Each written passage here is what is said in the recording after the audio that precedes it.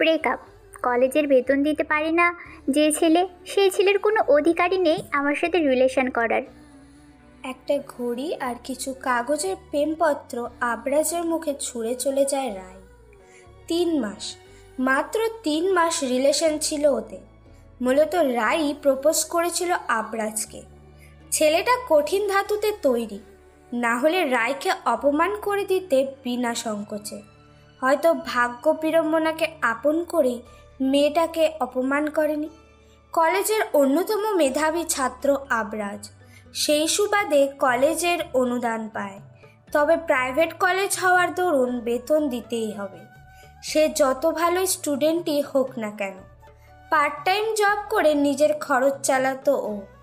তবে এই মাসের বেতনটা কোনো কারণে এখনো হাতে আসেনি। এইদিকে বেতন না দেওয়ায় একটা নোটিশ আসে ওর কাছে। সেটাই যেন ওকে হাসির পাত্র করে দিল, সাথে রিলেশনের সমাপ্তিও ঘটালো। আবরাজের ধারালো ব্যক্তিত্ব আর মেধা দেখেই প্রেমের প্রস্তাব দিয়েছিল রায়। প্রথমে না করলেও ও কোনো কারণে যেন রায়কে অ্যাকসেপ্ট করে নিল। তবে কল্পনাও করতে পারেনি এভাবে ভেঙে যাবে তাদের সম্পর্ক। অবশ্য ওরই ভুল ছিল। সামান্য সরকারি বেতনভোগী বাবার ছেলে হয়ে একজন উঁচু মাপের মেয়ের সাথে রিলেশনে জড়ানো উচিত হয়নি। মৃদু হাসে ও, মাটিতে পড়ে থাকা ঘড়িটা তুলে নেয়। খুব দামি নয়, তবে বেতন পেয়ে মাসের প্রথমেই ঘড়িটা কিনেছিল ঢাকার বেশ জমকালো শোরুম থেকে। তবে এটাই ছিল সেই শোরুমের সব থেকে কম দামি ঘড়ি। দীর্ঘশ্বাস ফেলে আবরাজ, পকেটে পুরে নেয় ঘড়ি, চিঠিগুলো কুড়িয়ে ডাস্টবিনে ফেলে দেয়। এই নামকরা শহরে সামান্য চিঠির প্রেমের কোনো মূল্য নেই। টাকার মূল্যই টাকাতেই। চিঠির সস্তা প্রেমকে আপন করা হয় না এখানে, শুধু দেখা হয় স্ট্যাটাস। কে কত বিলাসিতার মধ্যে বড় হয়। মানুষ বড় অদ্ভুত জীব, এরা টাকা ছাড়া এক পাও চলতে পারে না। ভালোবাসা নিয়ে মুখে বেশ কিছু লাইন বললেও মনে মনে সেগুলোকে সস্তা বলে ফেলে রেখে ময়লা রাস্তাতে 1 পা 2 পা করে এগিয়ে চলছে ও। চেহারার সামান্য মলিনতা থাকবেই বা না কেন, একটু আগে যে ব্রেকআপ হলো। তবে কে বলবে এই ছেলেটার সাথে 3 মাসে প্রিয় প্রেমিকার বিচ্ছেদ ঘটেছে। ঠায় দাঁড়িয়ে আছে সে, নেই কোনো ব্যথার ছাপ। ক্যান্টিনে এসে পকেটে হাত দিল, 20 টাকা রয়েছে মাত্র। পায়ে জোর নেই একদম। বাসে করে গেলে 10 টাকা ভাড়া লাগবে, আবার না খেয়েও চলছে না শরীর। ক্যান্টিন থেকে বেরিয়ে আসে ও। এখানে 1 বোতল পানির মূল্যই 20 টাকা, সর্বনিম্ন খাবারের মূল্য 30 টাকা, তাও ডিম ছাড়া স্যালাড। গলা কাটা দাম নিচ্ছে। বাইরের ছোটোখাটো চায়ের দোকানে এসে বসে। 10টি টাকা সন্তর্পণে পকেটে পুরে 10 টাকা দিয়ে 2 স্লাইস রুটি কিনে নেয়। খেতে মন্দ নয়, তবে রুটিটা টাটকা নয়। রুটি খেয়ে টাকাটা বাড়িয়ে দেয়। পানি খাওয়া প্রয়োজন। সামান্য আশঙ্কাগ্রস্ত হয়েই বলল, মামা, টাকা ছাড়া পানি হবে? লোকটি ময়লা গামছাতে হাত মুছতে মুছতে বলল, কি কন মামা, পানির জন্য আবার টাকা লোমো? লন লন বৈশা খান। কৃতজ্ঞতার চোখে তাকায় ছেলেটি। টিনের গ্লাসটা তুলে নিয়ে ঠক ঠক করে পানি পান করে। এই ব্যস্ত দামি শহরের থেকে ভুলেই গিয়েছিল টাকা ছাড়াও পানি পাওয়া যায়। অবশ্য আজকাল তা পরিস্থিতি। পানির গ্লাসটা দোকানেদারের হাতে দিয়ে আবরাজ বলল, কৃতার্থ হলাম মামা, আল্লাহ আপনার মঙ্গল করুক। লোকটা শীতল দৃষ্টিতে তাকিয়ে রইল। মানুষ এতটা বিনয়ী হয় তা জানা ছিল না ওনার। ভাগ্য বড় অদ্ভুত। ভালো মানুষগুলোই রাস্তায় পচে মরছে, আর সমাজে নোংরা কীটগুলোই হাই সোসাইটির গণ্যমান্য ব্যক্তি। আসলে এরা গণ্যমান্য তো বটেই, তবে বেশিরভাগই জঘন্য ব্যক্তি। Private college and university. সরকারি কলেজে দূরে যাওয়া স্টুডেন্ট প্রাইভেট ইউনিভার্সিটিতেই পড়াশোনা শুরু করেছিল ছেলেটা। তখন অবশ্য টাকার টানাপোড়েন ছিল না, মাথার উপর ছায়া নামক বাবা ছিলেন। না হলে এই দামের বাজারে কজন মধ্যবিত্ত সাহস করে প্রাইভেট কলেজে অ্যাডমিশন নেওয়ার। তবে বছরখানেক যেতেই কপালে দুঃখ নামক হতাশা এলো। মধ্যবিত্ত পরিবারের সেই ছেলেটি দেখতে পেল গরিব অবস্থান। বাবা নামক মানুষটি মৃত্যুতে ওকে সমাজকে চিনতে সাহায্য করেছে। ছোট থেকেই ধারালো মস্তিষ্কের অধিকারী বটে, না হলে 50 লক্ষ টাকার সম্পত্তি হাতিয়ে নেওয়ার পরও চাচার বিরুদ্ধে কোনো অভিযোগ করলো না। নিঃসন্দেহে ছেলেটি শক্ত মনেরই বটে। রাস্তা দিয়ে হাঁটছিল, হাতে 10 টাকা। যেহেতু এখন কিছুটা সুস্থ লাগছে, তাই 10 টাকা বাস ভাড়া দিয়ে লাভ কি? জ্বরের গতিতে পাশ কাটিয়ে যায় একটি গাড়ি। পাশের নোংরা ময়লা ড্রেনের সমস্ত পানি এসে লাগে আবরাজের শরীরে। ছেলেটা কোনো প্রতিক্রিয়া নেই। অন্য কেউ হলে নিশ্চয়ই কথা শোনাতো। গাড়ি থেকে লোকটা নেমে আসে, ইয়ং বয়সের একটি ছেলে। ওর কাছে এসে বলে, সরি। It's okay. সামান্য হেসে কথাটা বলল আবরাজ। তবে গাড়ি থেকে নেমে আসা সুন্দরীর দিকে তাকিয়ে ভ্রুটা কুঁচকে গেল। বড় বড় চোখ করে এগিয়ে আসে রায়। ছেলেটার হাত চেপে ধরে বলল, হোয়াট হ্যাপেন বেবি? এই রাস্কেল লো ক্লাসের ছেলের সাথে কি কথা তোমার? ওকে তুমি চেনো রাই? আসলে আমার ভুলের কারণেই ওর কাপড়টা নোংরা হয়ে গেছে। পূর্ণ দৃষ্টিতে তাকায় রায়। আবরাজের শার্ট থেকে একটু গন্ধ নাকে এসে লাগতেই নাক চেপে ধরে। চেঁচিয়ে বলে, তোমার ক্লাস কোথায় নেমে এসেছে রকি? ওর শার্টটা দেখেছো? নোংরা, তেল চিটচিটে, আর দেখেই বোঝা যাচ্ছে ফুটপাতের। বাট রাই, ছেলেটাকে এক প্রকার টেনে নিয়ে যায় রায়। শক্ত মনোধারী আবরাজ মৃদু হাসে। যে মেয়েটা দুদিন আগে ওকে জড়িয়ে ধরার বায়না করছে, সে মেয়েটা আজ নোংরা বলে বিদ্রূপ করছে। ভাবতেই অবাক লাগে মানুষ কতটা দ্রুত বদলে যায়। অবশ্য সঙ্গী জগতেও টাইম লাগে না। বড়লোক আর সুন্দরী হলেও তো বাহাতের খেল। আর ছেলেদের টাকা হলেই যথেষ্ট, মিনিটে মিনিটে গার্লফ্রেন্ড জুগিয়ে নেবে। পাশের রুম থেকে কাশির শব্দ কানে এসে ধরা দেয়। ছেলেটা বুঝতে পারে অরিতার ঠান্ডা লেগেছে। মেয়েটার ঠান্ডার ধাঁচ প্রচুর, একটু বৃষ্টি হলেই ঠান্ডা লেগে যায়। কম্বল মুড়ি দিয়ে শুয়ে আছে অরিতা। আতুরে হাতে বোনের মাথায় হাত রাখে আবরাজ। ঘণ্টাখানেক পরই অরিতার জন্মদিন। গুনে গুনে 12 বছর পূর্ণ করবে মেয়েটা। মায়ের স্নেহ পাওয়া হয়নি, মা কি জিনিস জানায়নি। জন্মের সময়ই মা মারা যায়। ভাই আর বাবার হাত ধরে পেরে উঠেছিল। অনাকাঙ্ক্ষিত ঝড় এসে আবার বাবার নামক ছায়াকেও তুলে নিল। বিগত 1.5 বছর ধরে ভাইকে জড়িয়ে বেঁচে আছে। রুগ্ন শরীরটা কোনো মতে মলিন কম্বলে ঢেকে দেয় আবরাজ। স্নেহের হাতটা মাথায় রেখে বলে, খুব খারাপ লাগছে অরি। না ভাইয়া, আমি ঠিক আছি। তোমরা না কাল থেকে বোর্ড পরীক্ষা, যাও পড়তে বসো। ঠিক আছে বোন, আগে তোর সুস্থতা প্রয়োজন। মেয়েটার কপালে হাত রেখে আবরাজ জ্বরের শরীরে পুড়ে যাচ্ছে একদম। বুকের ভেতরটা ধক করে উঠল। মেয়েটার অসুস্থতা ওকে চঞ্চল করতে বাধ্য করে।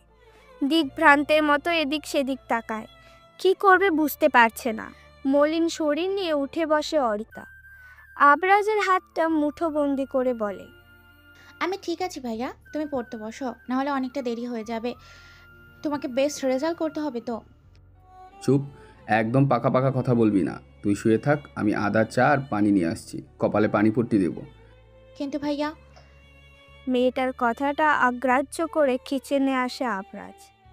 চিনির কৌটায় এই চামচের মতো চিনি রয়েছে। ছেলেটা হালকা হাসে, এতেই হয়ে যাবে। তবে চা পাতার কৌটোটা খুলতেই বুকটা ভারী হয়। একটা দানাও নেই। পেছন থেকে পদধ্বনি শুনতে পায়, কৌটাটা লুকিয়ে ফেলেও। অরিতা বলে, কি হয়েছে ভাইয়া? এ কি অরি, এখানে কেন এসেছিস? যা, আমি চা নিয়ে আসছি। শেষোক্ত কথা বলার সময় ছেলেটার গলা ধরে আসে। অরিতার চোখ কান এড়ানো দায়।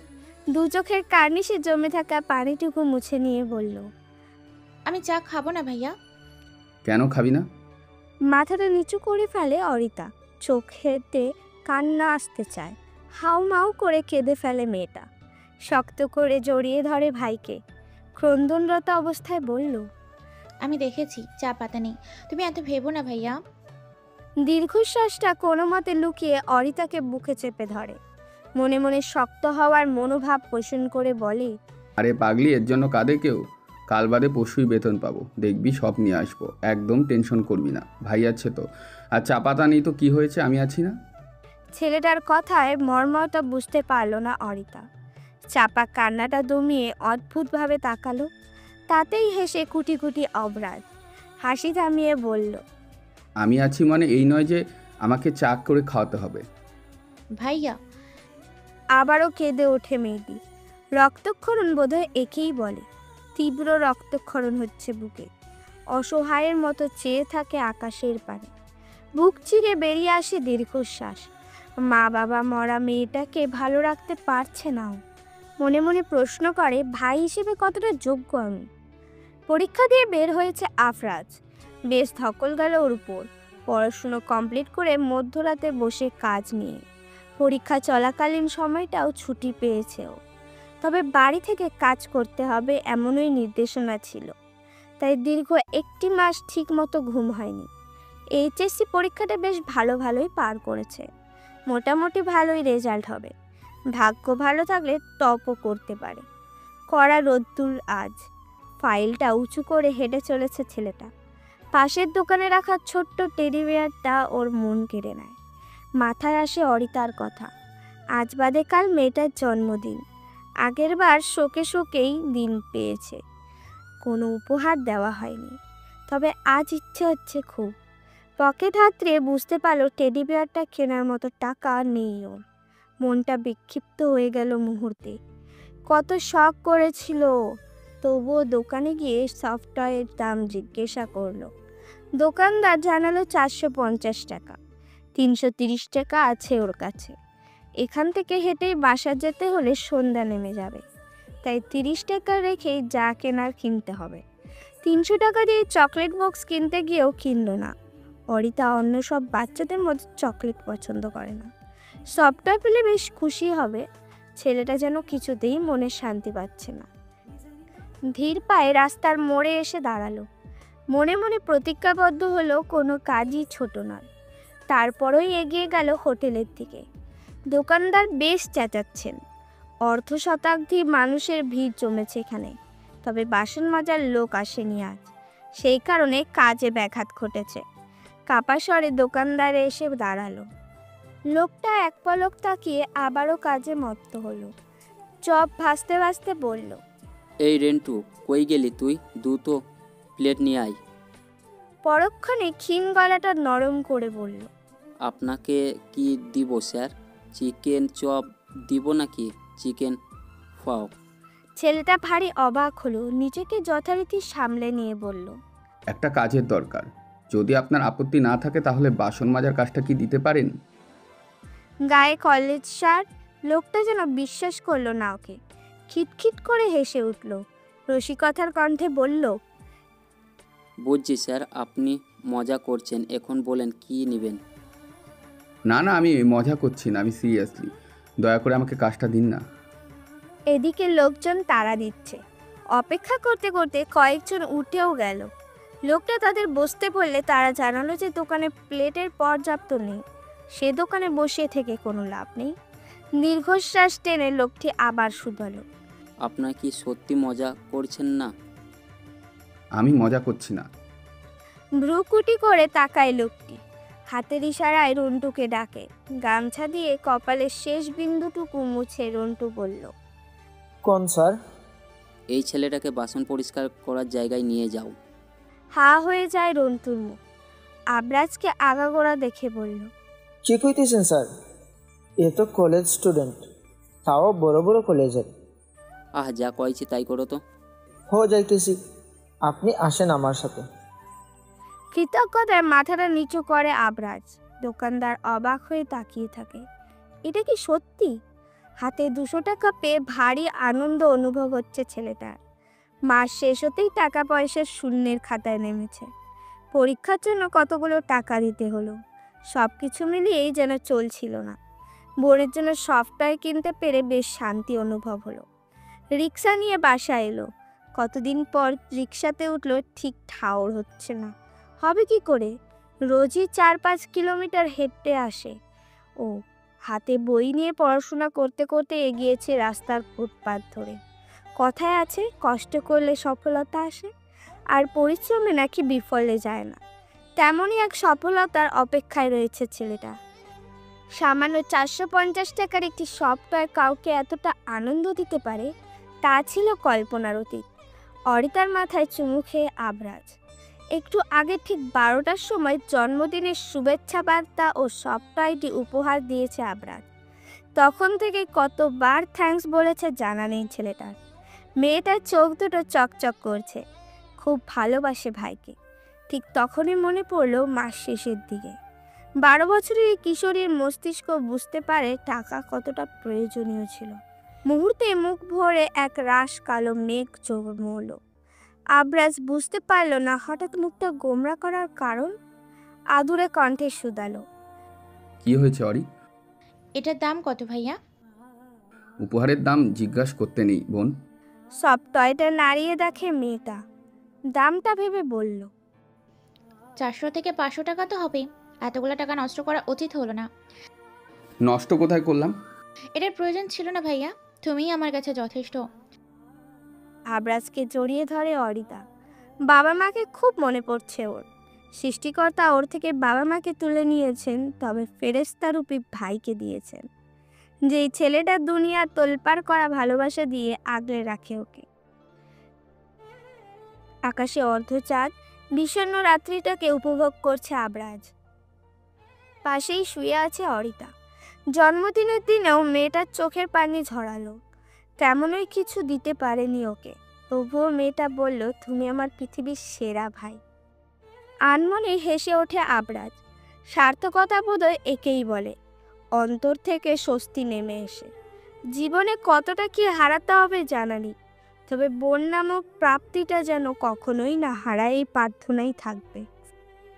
পরীক্ষা শেষ হওয়াতে অনেকটা সময় পেয়েছে আবরাজ। রাস্তা দিয়ে হেঁটে যাচ্ছিল প্লেগ্রাউন্ডের দিকে। ঠিক তখনই গোলাগুলির শব্দ কানে আসে। কোনো শত্রুপক্ষ আক্রমণ করেছে, বোমা আঘাত করা হচ্ছে সর্বত্র। বুকের ভেতরটা মোচড় দিয়ে উঠল, চোখ দুটোও কেমন ছলছল করছে। হঠাৎ করে অরিতার কথা মনে হলো। বাসায় একা রয়েছে মেয়েটা। 1 সেকেন্ড সময় ব্যয় না করে কলোনিতে এগিয়ে গেল। পা যেন চলছে না, মোটা দড়ির সাহায্যে যেন কেউ বেঁধে রেখেছে ওর পা। চারপাশে আগুনের ছড়াছড়ি। হঠাৎ করে কোন দেশ থেকে আক্রমণ হলো আবার। মহল্লায় ঢুকতে একটা বোমের শব্দ শুনতে পেল আবরাজ। এক পলক পিছে তাকালো। পেছনে থাকা ঘরগুলো থেকে দাউ দাউ করে আগুন জ্বলছে। চোখ দুটো ঘোলাটে হলো কেমন। শুকনো ঢোক গিলে আবার ছুট লাগালো সে। ঘরের কাছে আসা মাত্রই অনাকাঙ্ক্ষিত সেই বোমটি পড়ল ওদের ঘরের কাছে। মুহূর্তে আগুন ছড়িয়ে পড়ল পুরো ঘর জুড়ে। এক মুহূর্তের জন্য হিতাহিত জ্ঞান হারিয়ে ফেলল আবরাজ। মৃদু চিৎকারের শব্দ কানে আসতেই সচকিত হলো ছেলেটা। জানালা দিয়ে দেখা যাচ্ছে চিৎকার করছে অরিতা। বুকটা কেমন ফাঁকা ফাঁকা অনুভব হলো। মৃদু শব্দে উচ্চারণ করলো, অরি বোন আমার। কথাটা কানে পৌঁছলো না মেয়েটার। ছুট লাগালো আবরাজ। তবে এই কয়েক পায়ের পথ যে 1000 মাইলের মতো হয়ে গেছে। জানলা দিয়ে প্রবেশের চেষ্টা করতেই চিৎকার করে উঠল অরিতা। আবরাজ বলল, অরি ভয় পাস না বোন, আমি আসছি, কিচ্ছু হবে না তোর। দু চোখের কার্নিশে পানির ফোয়ারা নেমে যায়। মৃদু হাসে মেয়েটা। আশেপাশে তাকিয়ে বুঝতে পারে এখান থেকে বের হওয়া অসম্ভব। বরং আবরাজ এখানে আসলে ওরও মৃত্যু নিশ্চিত। শেষবারের মতো আদুরে কণ্ঠে ভাইয়া ডাকটা বলল মেয়েটা। আবরাজ জানলার কাজ ভেঙে ফেলেছে। প্রবেশ করবে তখনই চিৎকার করে উঠল অরিতা। বলল, আমার কসম লাগি ভাই, যদি আর এক পাও আগাও তাহলে এই আগুনেই ঝাঁপ দিব। থমকে যায় আবরাজের পা। কয়েক সেকেন্ড পর আবারও ভেতরে প্রবেশ করার চেষ্টা করে। তবে তার আগেই কোথা থেকে আগুনে ফুলকে এসে জড়িয়ে নেয় অরিতাকে। মৃদু আর্তনাদ করে ওঠে অরিতা। শেষবারের মতো করে বলে, তুমি আমার পৃথিবীর সেরা ভাই। পুড়ে যাওয়া লাশের সামনে নির্বিকার হয়ে বসে আছে আবরাজ। ছেলেটার গায়ে বেশ কিছু স্থানে পুড়ে গেছে, তাতে কোনো ব্যথা নেই ওর। ব্যথা তো রয়েছে মনের গভীরে। প্রিয় বোনটা জ্বলন্ত কয়লা এখন। লাশ চেনার উপায় নেই, পড়ে আছে হাড়গুলো। কত সুন্দর ছিল মেয়েটা। মাত্র 12 বছরেই নিজের জীবনের অন্তিম ঘটবে কে জানত। আবরাজের মনে বিষণ্ণতার পাহাড় জমেছে। মনের কোণ থেকে একটি শব্দ ভেসে আসছে, আমি কেন আগুনে পুড়ে গেলাম না। ছেলেটা বাক শক্তি হারিয়ে বেশ কিছুক্ষণ। এখন বিকেল 4টা বাজে। প্রায় 4 ঘন্টা পর আগুন নিভেছে দমকল বাহিনী, তবে বাঁচাতে পারেনি কাউকেই, কারণ ততক্ষণে ঘরের ভিতরে আটকে পড়া মানুষগুলো কয়লায় পরিণত হয়েছে। ধরতে গেলে প্রতিটা লাশই ছিন্ন ভিন্ন। সবগুলো লাশকে এক করে করার চেষ্টা করতেই তেতে উঠল আবরাজ। নিজের সর্বশক্তি দিয়ে হাড়গুলোকে জড়িয়ে ধরল। পোড়া মাংসের গন্ধে থাকা যাচ্ছে না একদম। আর ছেলেটা কত সহজেই জড়িয়ে নিল। একজন কর্মী লাশটা নেওয়ার জন্য হাত বাড়াতেই চেঁচিয়ে উঠল আবরাজ। উন্মাদ পাগলের মতো আর্তনাদ করে বলল, একদম না, আমার বোনকে টাচ করবেন না একদম। আমার বোন, আমার অরি, সুন্দর বোনটা আমার।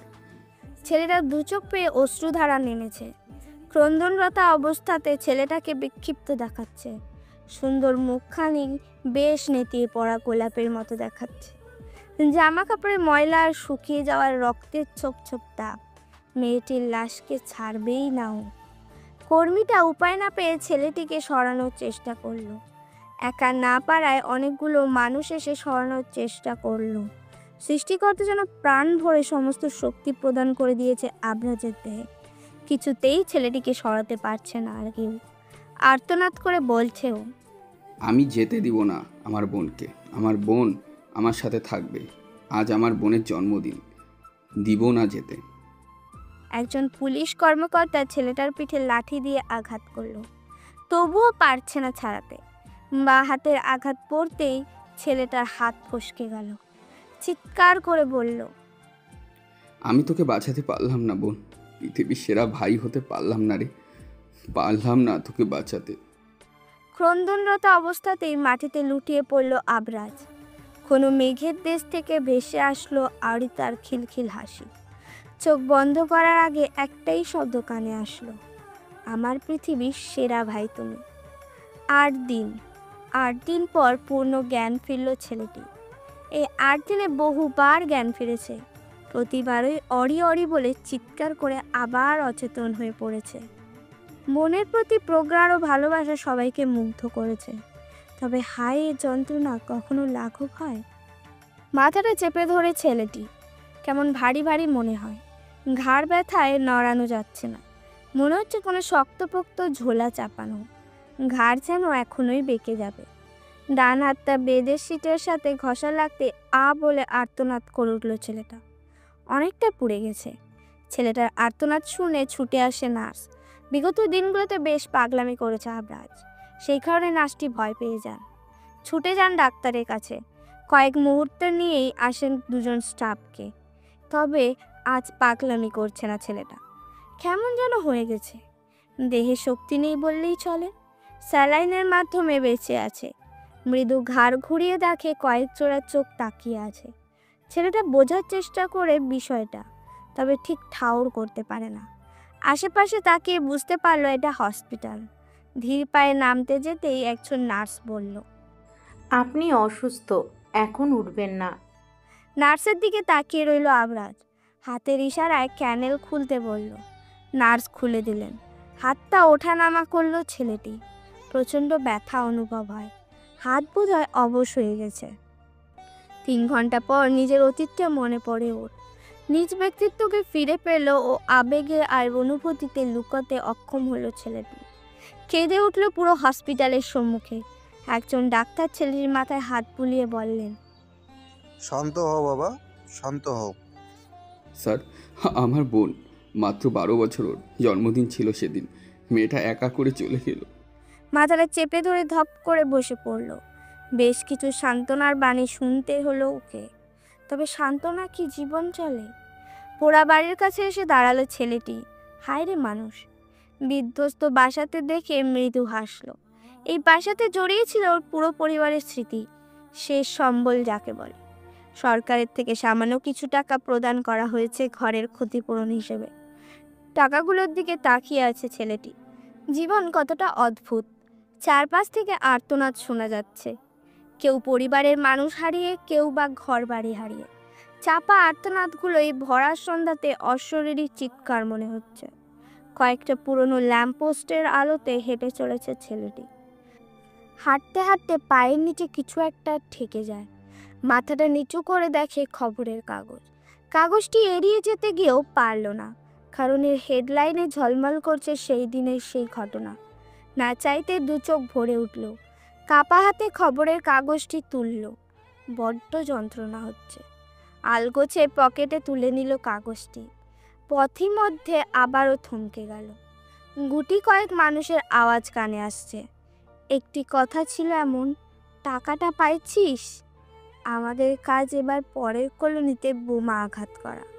প্রবাস থেকে খবর আসছে, হেলিকপ্টার দিয়ে বোমা আঘাত করায় আন্তর্জাতিক অঙ্গনে মামলা হয়েছে।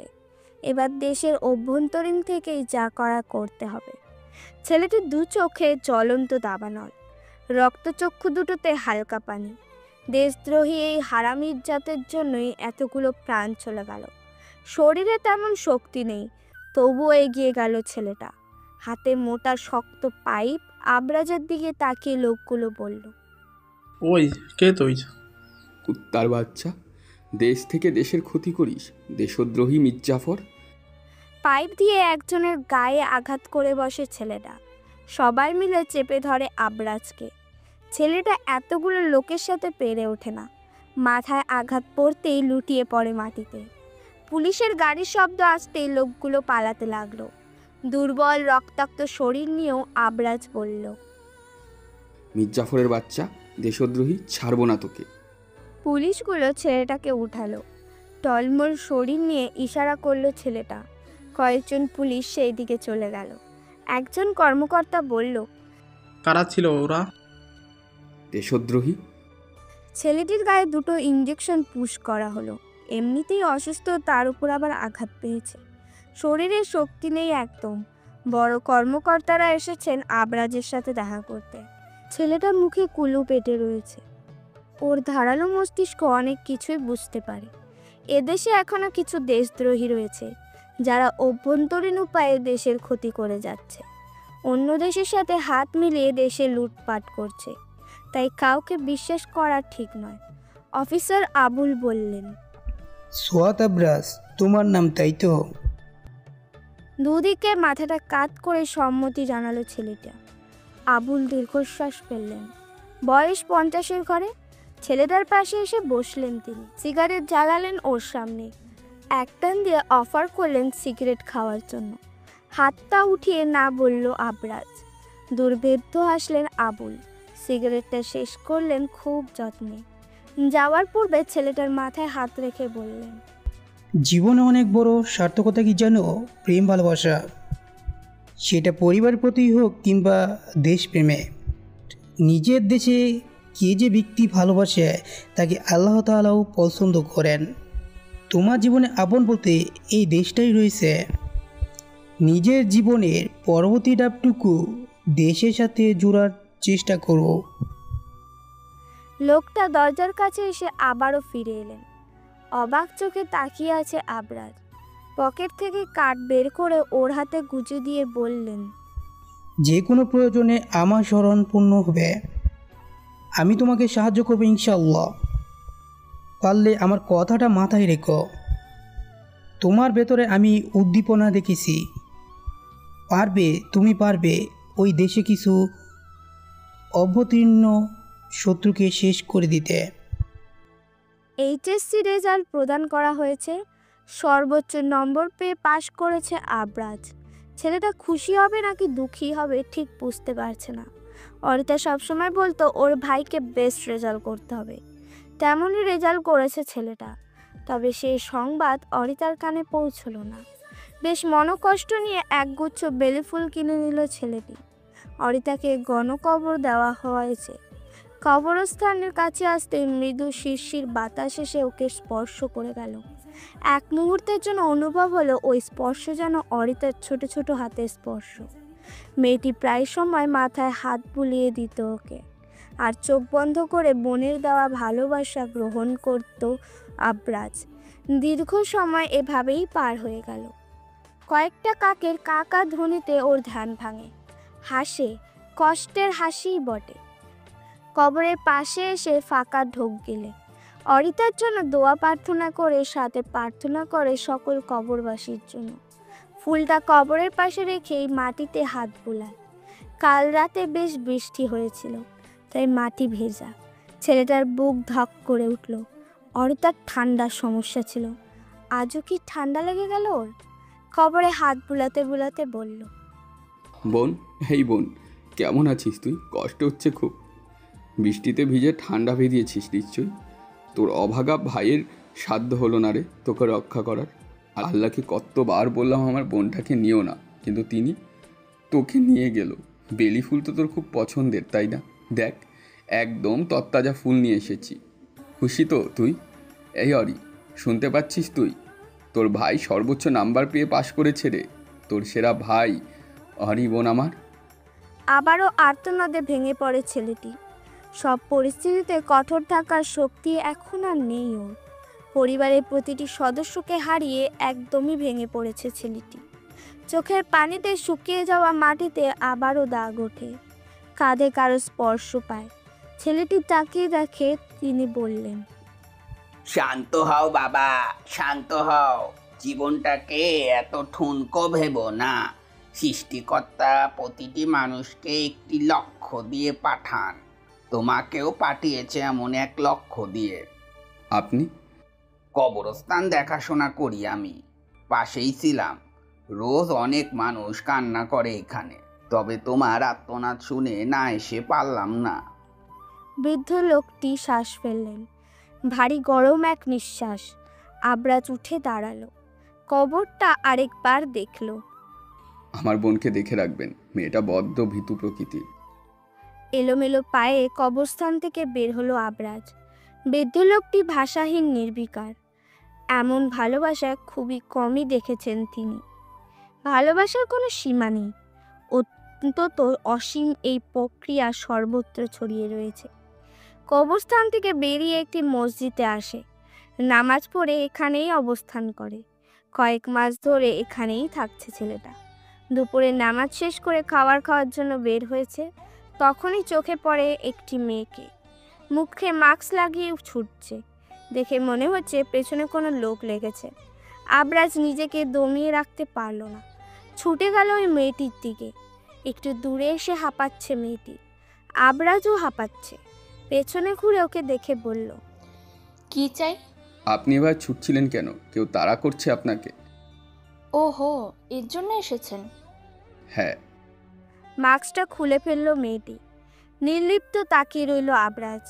অনেক সুন্দরী না হলেও বেশ মায়াবী মেয়েটি। বয়স বেশি হলে 19 হবে। আবরাজের কাছে এসে দাঁড়ালো মেয়েটি, ভালো করে পরখ করে বলল, সৈয়দ আবরাজ। অচেনা মেয়েটির মুখে নিজের নাম শুনে চমকে উঠল বেশ। মেয়েটি দারুণ এক হাসি উপহার দিয়ে হাত বাড়ালো। হাতের দিকে এক পলক তাকালেও হাত মেলালো না আবরাজ। মেয়েটি তাতে বিন্দু মাত্র অপমান বোধ করল না, বরং হাসি রেখেই বলল, আপনাকে আমি চিনতে পেরেছি এখন। আমাকে? সর্বোচ্চ নাম্বার পেয়েছেন তাই না? হ্যাঁ। আমিও এইচএসসি ব্যাচ, তবে আপনার মতো এত ভালো নাম্বার পাওয়া হলো না। তবে বোর্ড পর্যায়ে প্রথম হয়েছি। দৌড়াচ্ছিলাম কারণ আমি সেনাবাহিনীতে জয়েন হতে চাই। কিছুদিন পূর্বে একটি ঘটনা ঘটে গেল, জানেন নিশ্চয়ই। আমার মন সেই দিন থেকে সেনাবাহিনীতে জয়েন করার জন্যই উতলা হয়ে রয়েছে। দেশের পরিস্থিতি দিন দিন তলিয়ে যাচ্ছে। কোন দিন পুরো দেশটাই লুট হয়ে যাবে জানতে তো পারবে না কেউ। আমি চাই আমার দেশকে ভালোবাসতে, ভালো রাখতে, তাই এই পদে জয়েন হতে চাচ্ছি। থমকে গেছে আবরাজ। মেয়েটির কথা শুনে ভেতর থেকে ভালো লাগা কাজ করছে। মনে মনে সিদ্ধান্ত নিল। মুখের সামনে তুড়ি বাজাতেই চমকে উঠল ছেলেটি। মেয়েটি বলল, বি ফ্রেন্ড। হেসে সম্মতি প্রদান করলো আবরাজ। বহুদিন পর ভেতর থেকে শান্তি অনুভব হচ্ছে। মেয়েটির সাথে কথা বলে জানতে পারলো মেয়েটির নাম সিরাত। পুরো নাম সিদ্রাতুল সিরাত। সিরাত বেশ ফ্রেন্ডলি কথা বলে। আপনার নামটা বেশ। আবরাজ বলল। সরস হাসলো মেয়েটি, এক পলক তাকিয়ে বলল, আপনার নামটা আরও বেশি ইউনিক। বাই দ্য ওয়ে, আমরা আপনি করে কেন বলছি? সেম ব্যাচ, সেম এইজও, তাহলে তো তুমি করেই বলা যায়। আবরাজও সম্মতি জানালো। কথা বলতে বলতে আসরের আজান পড়ে যায়। আবরাজকে বিদায় জানালো মেয়েটি। যাওয়ার পূর্বে বলল, খুব ভালো হলো তোমার সাথে পরিচয় হয়ে। আর কালকে দেখা হচ্ছে। মসজিদে থাকছো তাই তো? হ্যাঁ, আচ্ছা বাই। মৃদু হাসলো অপরাধ। সিরাজ চলে গেল লম্বা লম্বা পা ফেলে। সেনাবাহিনীতে জয়েন করার জন্য বেশ কিছু টাকা প্রয়োজন। অপরাজের কাছে তেমন কোনো টাকা পয়সা নেই। এই মুহূর্তে কী করা উচিত ঠিক মাথায় আসছে না। এদিকে শপথ নিয়েছে নিজের দেশকে ভালোবেসে গ্রহণ করবেও। নিজ শপথ থেকে সরে আসতে চাচ্ছে নাও। এতে করে নিজের ব্যক্তিত্বকে অপমান করা হবে। ছেলেটির মাথায় চট করেই বুদ্ধি এলো। বাড়িটা পুড়ে গেছে, তবে জমি তো রয়েছে। শহরের বাসা ছিল, সামান্য জায়গা হলেও বিক্রি করলে বেশ অনেক টাকাই পাওয়া যাবে। ছেলেটি মনে মনে স্থির করলো জমিটা বিক্রি করবে। পরদিনই লোক লাগালো। প্রচণ্ড খিদে পেয়েছে। হাতে অবশিষ্ট রয়েছে সামান্য কিছু অর্থ। যতদিন না জায়গাটা বিক্রি হয় ততদিন অবধি বেশ হিসেব করে চলতে হবে। রোজ ভাত খেলেও আজ ভাত খেলো না, বরং দোকান থেকে শুকনো রুটি কলা কিনে লাঞ্চ সেরে নিল। এতে করে 30 টাকা বেঁচে গেল, যা দিয়ে আরেক বেলার খাবার হয়ে যাবে। হেঁটে হেঁটেই মাঠে আসলো ছেলেটি। সেখানে আগে থেকেই অবস্থান করছিল সিরাজ। অবরাজকে দেখে বেঞ্চ থেকে উঠে দাঁড়ালো। মেয়েটা দারুণ লম্বা, 5 ফিট 6 হবে বা তার কাছাকাছি। হাইটে বিনা সংকোচে চান্স পেয়ে যাবে মেয়েটি। অবশ্য অবরাজও নিজেও লম্বা, তাই চান্স পেতে কোনো রকম অসুবিধা হবে না। তবে বডি স্ট্রাকচার নিয়ে যত ঝামেলা। নানা রকমের ফিটনেস রাখতে হয়। হাঁটতে হাঁটতে সিরাজ বলল, কি ভাবছো তুমি? ভাবলাম ফিটনেসের দিকে নজর রাখতে হবে। অবশ্যই রাখতে হবে। শোনো, নিজেকে এমনভাবে গড়তে হবে যাতে করে প্রথম ধাপেই টিকে যাও। হ্যাঁ। একটা কথা বলবো? হ্যাঁ বলো। ছেলেটার হাত ধরল সিরাজ। অবাক হলো না অবরাজ। মেয়েটা একটু গায়ে পড়াই বটে, তবে প্রচণ্ড ভালো। অবরাজ বলল, কি হলো বলো, কি বলবে? তুমি টাকা টেনশন করছো তাই না? প্লিজ আমার থেকে এই সামান্য উপহার গ্রহণ করো। ধন্যবাদ সিরাত, তবে আমি এই টাকা গ্রহণ করতে পারবো না। কিন্তু কেন? আমার বাবা রেখে যাওয়া সম্পদটা এখনো রয়েছে, সেটা যতদিন অবধি আছে আমি সাহায্য নিতে পারবো না। ফোঁস করে দম ফেলল মেয়েটি। কতবার এই কথাটা বোঝানো হয়েছে জানা নেই। তবে অপরাজের আত্মসম্মান বোধ এতটাই বেশি যে একটা কানা করিয়েও সে নেবে না। দুজনে কিছু শরীরচর্চা করতে লাগলো। শরীর ফিট রাখার জন্য এই সাধারণ শরীরচর্চাগুলো জরুরি। জগিং শেষে একটা বেঞ্চে এসে বসলো দুজনেই। একটা জুসের বোতল এগিয়ে দিল সিরাজ। ফ্যাল করে তাকিয়ে আছে অপরাজ। নাকি সুরে মেয়েটা বলল, প্লিজ এটাকে অন্তত নাকচ করো না। হেসে ফেলল ছেলেটা। মেয়েটার হাত থেকে বোতল নিয়ে জুস পান করলো। এই পৃথিবীতে একজন বন্ধু পেল বটে, যে সমস্ত কিছু যেন নির্দ্বিধায় ওর সঙ্গে এগোচ্ছে। সত্যি বলতে কে আপন আর কেই বা পর তা বোঝা মুশকিল। না হলে সামান্য কারণে রায় চলে গেল ওর থেকে। 2 মাস পেরোলো, ও বাড়িটা বিক্রি করতে পারলো না অপরাজ। আবারও পুরনো সেই জবটা নিয়েছে। মাঝে কয়েক মাস মন মানসিকতা ঠিক ছিল না, আর সেই কারণেই জবটা ছেড়ে দিয়েছিল। ভার্সিটিতে অ্যাডমিশন নিয়েছে। বিসিএস করলে সেনাবাহিনীর বড় পদের চাকরি হওয়ার সম্ভাবনা থাকবে। সিরাত নিজেও বিসিএসে করবে বলে ঠিক করেছে, তবে কুমিল্লা থেকে ঢাকা এসে পড়াশোনা করবে বলে সিদ্ধান্ত নিয়েছে। মেয়েটা বড় ভালো মনের, অপরাজের সাথে ছায়া হয়ে রয়েছে। এই প্রথম ব্যস্ত দুনিয়ায় স্বস্তিময় একটি নাম সিরাত।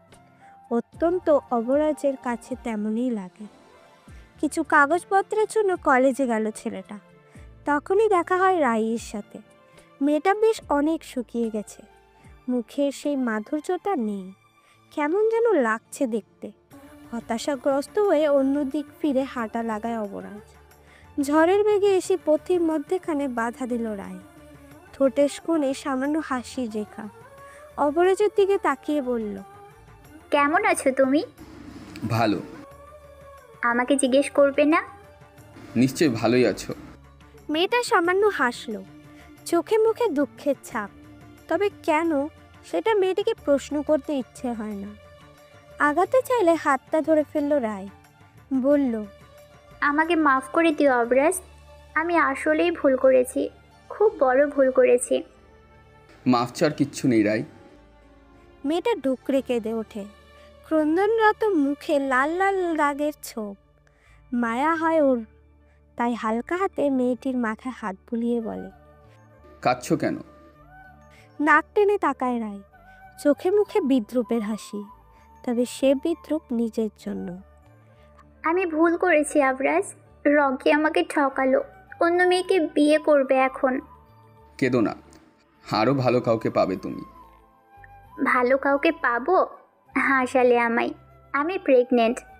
শেষোক্ত কথায় মাথাটা চক্কর দিয়ে উঠল ছেলেটার। এর মানে রাই ছেলেটার সাথে ঘনিষ্ঠভাবে জড়িয়ে পড়েছে। শুকনো ঢোক গেল। রায় কিছু বলবে তার আগেই চলে যায় অবরাজ। মাটিতে বসে পড়ে রায়। সবার মতো অবরাজও ওকে ঘৃণা করে। ঘাসের ওপর পা মেলে দিয়ে বসে আছে অবরাজ। পাশে গুটি কয়েক পাথর রাখা। আনমনেই একটা একটা করে পাথর ছুঁড়ে ফেলছে নদীতে। পানিতে হালকা শব্দ করে পাথরগুলো ডুবে যাচ্ছে। অতলে হারিয়ে যাচ্ছে এরা।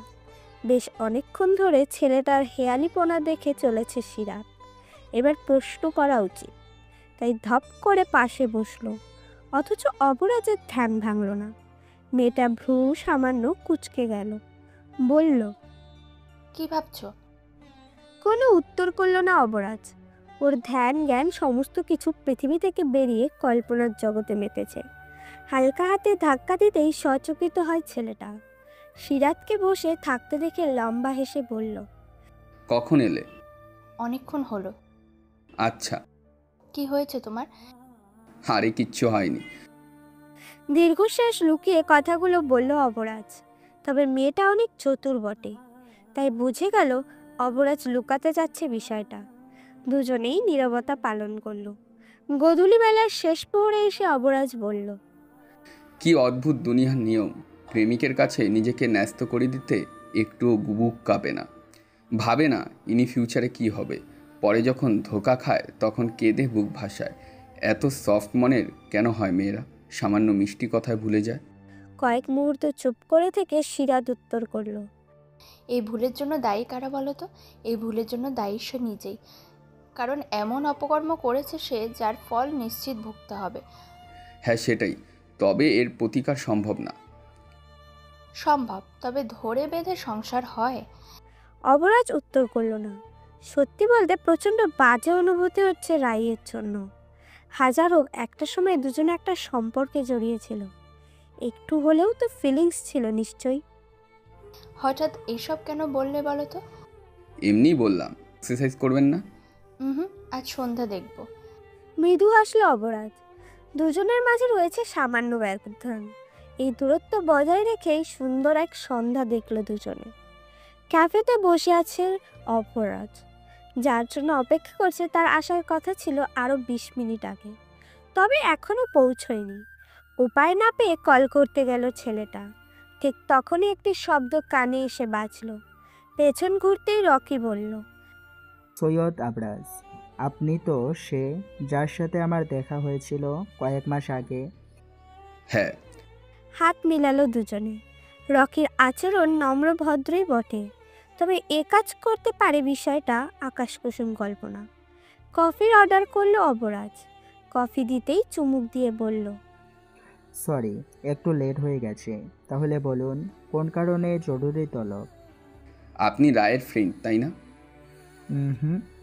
মানে আমি তো নিজেও দেখেছি। আপনি ঠিকই দেখেছেন। আর আমি রায়ের বয়ফ্রেন্ড ছিলাম, এখন নেই। ভ্রু কুচকে তাকালো অবরাজ। রকি সামান্য হাসলো, কিছুটা ঝুঁকে বলল, আপনি তো রায়ের এক্স তাই না? যে মেয়ে আপনাকে ছেড়ে দিল সামান্য কারণে, সে আমাকে ছাড়বে না এর কোনো নিশ্চয়তা আছে? দেখুন মিস্টার রকি, আমার আর আপনার বিষয়টা আলাদা। আপনি ওর গর্ভে থাকা সন্তানের বাবা। ছেলেটার মুখটা কঠোর হয়ে গেল। কফির মগটা চেপে ধরল। সামান্য উত্তেজিত কণ্ঠে বলল, আমার সাথে ফিজিক্যাল গেছে মানলাম, অন্য কারোর সাথে যায়নি, এর প্রমাণ কি? আমি বলাতে সুরসুর করে চলে এসেছি নিশ্চয় আপনি। কথার মাঝে থামিয়ে দিল অবরাজ। নিজেকে শান্ত রেখেই বলল, ওর সাথে আমার তেমন কোনো সম্পর্ক ছিল না, কখনো চুমুও খাইনি আমি। ছেলেটা দীর্ঘশ্বাস ফেলল। রকি বলল, আমার পক্ষে এত মহান হওয়া সম্ভব নয়। আপনি নেহাতি ভালো মানুষ, তাই ওর হয়ে সাফাই গাইছেন। মিস্টার রকি, আমার কথা শুনুন। আমাকে মাফ করবেন। আর একটা সত্যি কি জানেন, রায়কে আমি নিজের থেকেও বেশি ভালোবাসি, তবে ওর শাস্তি পাওয়া জরুরি। ছেলেটা চলে গেল। অদ্ভুতভাবে তাকিয়ে রইল অবরাজ। এ কেমন ভালোবাসা? তবে শেষোক্ত কথাটা যে মিথ্যে নয় তা বেশ ভালোই বুঝতে পারল অবরাজ। দীর্ঘশ্বাস টেনে উঠে দাঁড়ালো। এর বেশি কী বা করতে পারে ও? মনে একরাশ বিষণ্ণতা নিয়ে এগিয়ে যাচ্ছে ছেলেটা। এই একটা দোষ, কারোর দুঃখ সইতে পারে না ও। হঠাৎ করে একটা গাড়ি এসে থামে ওর কাছে। কিছুটা ভয় পেয়ে যায়, পরক্ষণে নিজেকে সামলে নিয়ে এগোতে থাকে। গাড়ি থেকে নেমে আসেন অফিসার সেলিম। কিছুক্ষণ তাকিয়ে থেকে বুঝতে পারে লোকটা সেই পুলিশ অফিসার যে দেশপ্রেমের মর্মাহত বুঝিয়েছিল ওকে। আমি খুব খুশি হয়েছি তুমি দেশকে নিজের সাথে এগিয়ে নিয়ে অংশগ্রহণ করছো। ধন্যবাদ sir. I am proud of you my boy. ছেলেটা দুর্বেদ্য হাসলো। লোকটা সত্যিই খুব ভালো। তিনি বললেন, আসো রাস্তার ধারে বসে চা খাওয়া যাক। মাথাটা কাত করে সম্মতি জানালো অবরাজ। চায়ের দোকানে এসে অবরাজ বলল, দুটোই চিনি স্যারা, লিগার চা দিবেন? আবুল অবাক হলেন না, কারণ এর আগেও তিনি অবরাজের সাথে দেখা করেছিল। ছেলেটা দেশদ্রোহীদের ধরতে বেশ সাহায্য করেছে, স্কেচ করিয়েছিল একদম সঠিক নির্দেশনায়, আর সেই সুবাদে শাস্তি প্রদান করতে পেরেছে। এর মধ্যে থেকে একটা বিষয় খুব অবাক করেছে ওনাকে। অবরাজ বলেছে বিষয়টা যেন পাঁচ কান না হয়, কারণ ও চায় না এই মিশনে সাহায্য করছে তাকেও জানো। দুজনেই বেশ কিছুটা সময় নিয়ে চা পান করলো। সেলিম বলল, তোমাকে একটা কথা জানতে এসেছি। কি কথা? সিরাত আমার মেয়ে। কথাটা যেন ধনুকের মতো বুকে এসে বেঁধে। ছেলেটার চাহনি দেখে হেসে ফেললেন সেলিম। আশ্বস্ত করে বললেন, রিল্যাক্স, আমিই পাঠিয়েছিলাম ওকে তোমার মনটাকে দেশপ্রেমের দিকে নিয়ে যাওয়ার জন্য। আমি জানি তুমি পারবে। কি বলবে বুঝতে পারল না অবরাজ। ছেলেটার মাথায় হাত বুলিয়ে চলে গেলেন তিনি। যাওয়ার পূর্বে একটি কার্ড প্রদান করলেন, যেটাতে সরকারিভাবে অবরাজ আর সিরাতকে সেনাবাহিনীতে নিয়োগ করা হবে। 1 টাকাও দিতে হবে না। মুখ গোমরা করে দাঁড়িয়ে আছে অবরাজ। তার পাশে কান ধরে দাঁড়ানো সিরাত। অবরাজের অভিমান ভাঙানোর সাধ্য নেই মেয়েটি। ছোট করে বলল, প্লিজ মাফ করে দাও। আগে কেন বলনি? বললাম তো সরি। উফ। বেঞ্চতে বসতে পারল মেয়েটি। এবার ওর রাগ হচ্ছে খুব। সাধারণ একটি জিনিসের জন্য মানুষ এত অভিমান করতে পারে? অবরাজের রাগ অভিমান সব প্রশমিত হলো। তবে এবার বেঁকে বসলো সিরাত। মেয়েটার কাছে এসে তোষামোদে করতে লাগলো অবরাজ। গগন কাঁপিয়ে হাসতে লাগলো সিরাত। বলল, তুমি বড্ড বেশি ইমোশনাল। এমন হার্ট নিয়ে সেনাবাহিনীতে জয়েন করা সম্ভব নয়। ভুল বললে তুমি। আমি ইমোশনাল নই, না হলে এতদিনে এই শহরে টিকে থাকতে পারতাম না। কষ্ট পেয়েছো তুমি? উফ। তাহলে? আমার এক্সরাই মেয়েটা প্রেগনেন্ট, অথচ ওর বয়ফ্রেন্ড ওকে মেনে নিচ্ছে না। চিন্তা করো না, মেনে নেবে ওকে। কথাটা বেশ সাবলীল গলায় বলল মেয়েটি। অবরাজের দৃষ্টিতে বিষণ্ণতা। চকচকে চোখে তাকালো সিরাত। কিছুটা এগিয়ে এসে বলল, আই লাভ ইউ। মেঘের গর্জনের মতো শব্দটা কানে এসে বারবার বেজে চলেছে। অবরাজের ঠোঁটের কোণে স্মিত হাসি ফুটে উঠল। কেঁপে উঠল জানানি। তবে কি মেয়েটাকে ভালোবেসে ফেলেছে ও? রকির সাথে সিরাতকে দেখে ঝটকা খেল অবরাজ। ভুরু জোড়া মাঝে কিছুটা রেখা ফুটে উঠেছে। সিরাত বলল, ভাইয়া ও অবরাজ। মৃদু হাসল রকি। অবরাজের পাশে এসে বসলো, কাঁধে হাত রেখে বলল, আমার বোনের মন চুরি করে নিলে তুমি। ছেলেটা যেন লজ্জা পেল। মাথাটা নিচু করে ফেলতেই সিরাত বলল, ওকে লজ্জা দিও না তো, তুমি যে বাচ্চার বাপ হতে চললে। 2 হাত মেলে দিয়ে কিছুটা অদ্ভুত ভঙ্গি করল রকি। অবরাজ যেন কিছুই বুঝতে পারছে না। প্রশ্নবোধক দৃষ্টিতে তাকিয়ে রইল সিরাতের দিকে। মৃদু হাসিতে মেতে উঠেছে সিরাত। একটা পেপার এগিয়ে দিল রকি। অবরাজ বলল, এটা কি? Registry paper. কিসের? আমার আর রাইয়ের বিয়ের তৃতীয়বারের মতো চমকে উঠল অবরাজ। চাপা হাসির গুঞ্জন শোনা যাচ্ছে। রকি বলল, রাইকে আমি পছন্দ করতাম। বিদেশে পড়াশোনা করেছি আমি। দেশে ফিরে প্রপোজ করতেই প্রপোজ অ্যাকসেপ্ট করে নিল। খোঁজ নিয়ে জানতে পারলাম তোমার সাথে রিলেশন ছিল ওর। বিষয়টা আমায় আঘাত করে। আমি বুঝেছিলাম ওকে শাস্তি দিতে হবে, তাই একটা প্ল্যান করলাম। খুব সুন্দর করে রেজিস্ট্রি করে নেই, যা আজ করতে পারেনি রায়। তারপর আমরা ফিজিক্যালি ইনভলভ হই। যখন বুঝতে পারলাম কনসিভ করেছে, তখন ওকে আমি অস্বীকার করি। বুঝতে পেরেছিলাম আমায় খুব ভালোবাসে ও। তবে যে অন্যায় করেছে তার জন্য শাস্তি তো পেতেই হতো, সেই কারণে এমনটা করেছি। বাট আমি খুব দ্রুত অফিসিয়ালি জানানোর ব্যবস্থা করব। চোখ দুটো ঘোলাটে হয়ে গেছে। হেসে ফেলেছে অবরাজ। সিরাতের দিকে চোখ গরম করে তাকিয়ে বলল, তোমার তো খবরই আছে। সেলিম নিজে একজন দেশপ্রেমী, সেই কারণে মেয়েটাকে দেশের প্রতি ঝোঁকানোর চেষ্টা করছে।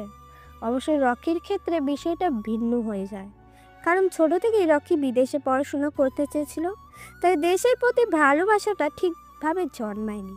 তবে সিরাতের প্রতি পূর্ণ দায়িত্ব পালন করেছেন তিনি। রাইয়ের বাসায় বিয়ের সম্বন্ধ নিয়ে এসেছেন ওনারা। যদিও অফিসিয়ালি বিয়েটা হয়েছে, তবে কিছু রিচুয়াল তো বাকি। সেই সাথে বড় করে গেট টুগেদার পালন হবে। সকলের সম্মুখে কেঁদে ফেলল রায়। নিজের ভুলটা বুঝতে পেরেছে ও। সত্যি খুব বেশি ভালোবাসে রকিকে। সবাইকে ভুলে রায়কে বুকে চেপে ধরে রকি। মেয়েটার মাথায় চুমু এঁকে বলে, কিচ্ছু হয়নি।